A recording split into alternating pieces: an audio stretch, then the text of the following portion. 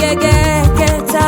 Ògbómọ̀ṣọ́ ọmọ ajílété. Ọmọ Ògbómọ̀ṣọ́ ni mí, mo lè fọwọ́ sọ̀yà sọ bẹ́ẹ̀. Ògbómọ̀ṣọ́ ọmọ ajílété. Ògbómọ̀ṣọ́ ọmọ ajílété, ọmọ Ògbómọ̀ṣọ́ ògbómọjúgun, ọmọ ogun tẹ̀lúdó, ọmọ afògbójà, ògbórí ẹlẹ́mọ̀ṣọ́, ọmọ afogun ṣòwò ṣe. Ògbómọ̀ṣọ́ ajílété, bọ́mọ ajílété bá jí ibi iṣẹ́ ajé wọn ni wọ́n ń lọ. Ògbómọ̀ṣọ́ ló lọ́jọ́ kan ìjà, ọmọ ajílété ló lọ́jọ́ kan ẹ̀rínrín. Èṣù ọjà bẹ́ẹ̀ lẹ́nìkan ò rán, jẹ́jẹ́ lọ́mọ ajílété wá ń ṣiṣẹ́ ajé kiri. Ògbómọ̀ṣọ́ ló ní ká pebi mọ́nú, ká ṣe bí káyó. Ọmọ ajílété la bínú fùfù tí ń bí ni lọ́rùn ẹgbẹ̀rún ọdún. Ògbómọ̀ṣọ́ ń ṣe ọ́, ó ń bọ̀ sun. Ọ̀rọ̀ ọmọ ajílété ò rán tó òòṣà, ọ̀rọ̀ ọmọ ajílété ò rán tọbàtálá. Ó dọjọ́ tó o bá túbá fọ́mọ ajílété kó o tó rójú sohun tó o bá fẹ́ ṣe.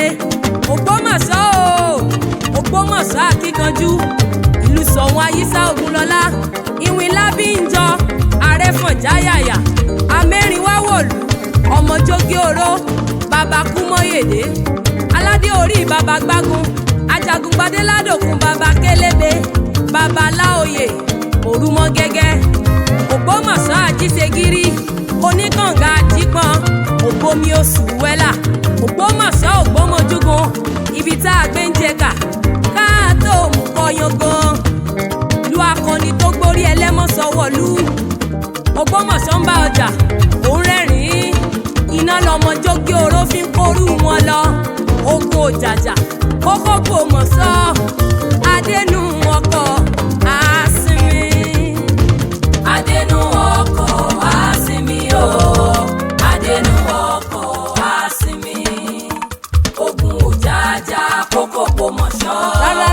Adénú ọkọ̀ àásìmí. Àásìmí. Adénú ọkọ̀ àásìmí o, adénú ọkọ̀ àásìmí. Ìlú àwọn akọni. Ogun òjàjà kókó Ògbómọ̀ṣọ́.